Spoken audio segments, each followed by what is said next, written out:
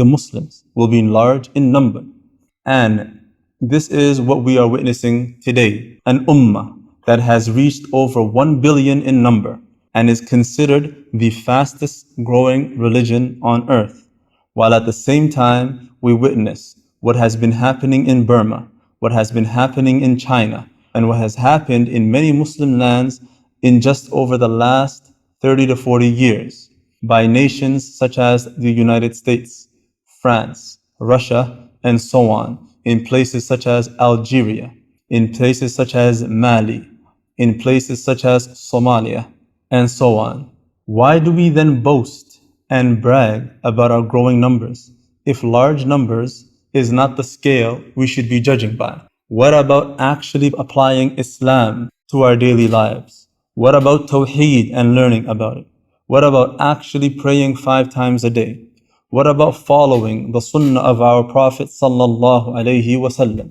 What about Muslim women covering their awrah instead of making a wanton display of their beauty and private parts all over social media as well as in public? What about leaving off zina and drinking and gambling and free mixing and killing one another? What about leaving off these new ideologies that we have adopted from the Western education systems that contradict our very identity as Muslims? What about forbidding evil and enjoining the good? I am afraid that many of us have become content with the mere title of Islam and the fact that we carry Muslim names and have lost complete sense and sight as to what it actually means to be a Muslim. May Allah guide us and forgive us. The Prophet ﷺ has likened the state of the Muslims to that of the foam of the sea, meaning that it is plenty. However, what is the nature of the foam of the sea or the scum in the sea?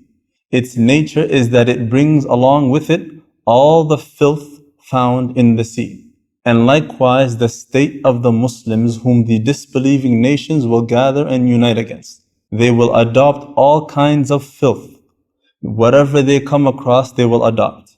All kinds of foreign beliefs and ideologies that they learn from the secularists and the liberalists who beautify for them disbelief and adorn it with beautiful isms. All kinds of sinful behavior and becoming desensitized to the abhorrent lifestyles that we are adopting as Muslims. Many of us even surpassing the disbelievers themselves in shamelessness and immorality.